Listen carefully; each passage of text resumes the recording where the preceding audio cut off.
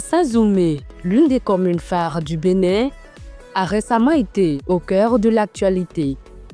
Le 25 mars dernier, la ville a accueilli une délégation de haut niveau composée de représentants de l'Association nationale des communes du Bénin ainsi que de volontaires canadiennes et canadiens de la Fédération canadienne des municipalités.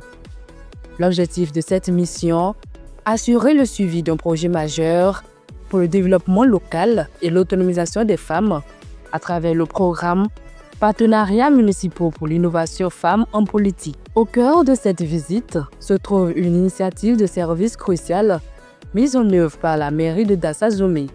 L'amélioration du niveau de délivrance des actes de naissance sécurisés. Un document en apparence simple, mais qui constitue le socle de la citoyenneté et l'accès aux droits. Conduite par la chef de projet Noélie Haïdji, la délégation a été reçue par le maire de la commune, Minapon Oscar Dibenoudé. Ce dernier a salué les avancées notables déjà enregistrées, notamment l'acquisition de matériel et équipements pour la mise en œuvre de l'initiative, la traduction des prestations de l'ANIP en langue locale Mahé-Idacha, ainsi que des campagnes de sensibilisation menées dans l'ensemble des 93 villages de la commune avec l'appui des organisations de la société civile partenaires du projet. C'est un pas immense pour nos populations qui accèdent désormais plus facilement à leurs droits. Cette avancée renforce également l'inclusion des femmes. Grâce à ce projet, nous avons pu mesurer les progrès réalisés, mais aussi les défis à relever. La place des femmes en politique locale reste un enjeu crucial et cette initiative nous aide à créer les conditions de leur pleine implication, a déclaré le maire. Financé par la Fédération canadienne des municipalités et mis en œuvre par la NCB, ce projet pilote vise à rendre les services municipaux plus inclusifs et sensibles au genre.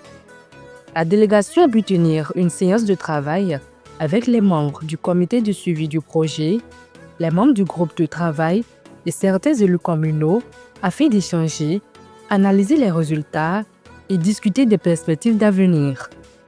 Cette rencontre a été suivie d'une présentation détaillée assurée par Christian Taillot-Drado, référent du projet, confirmant ainsi la pertinence et le succès de cette collaboration.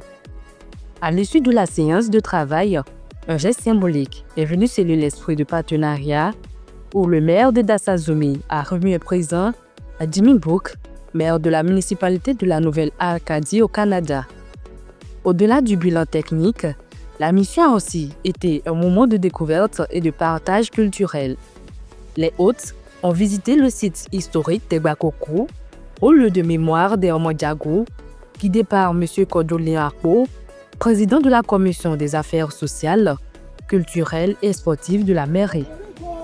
La prestation folklorique des chasseurs, rythmée par le dieu du fer, a offert un instant de convivialité et de valorisation des traditions locales.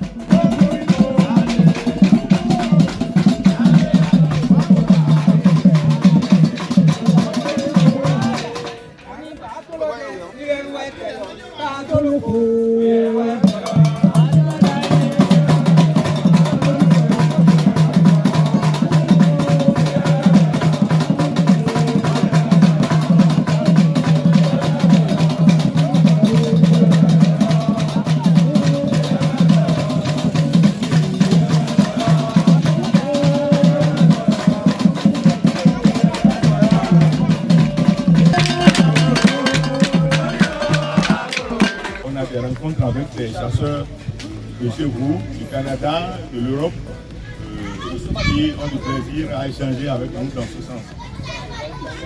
Oui, tu dis.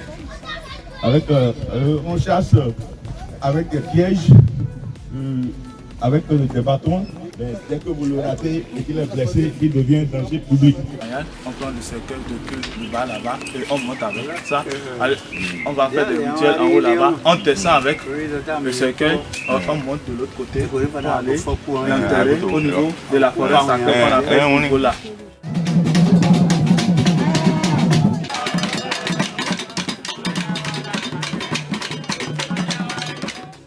En définitive, cette mission de suivi illustre comment les partenariats internationaux peuvent s'ancrer dans le concret.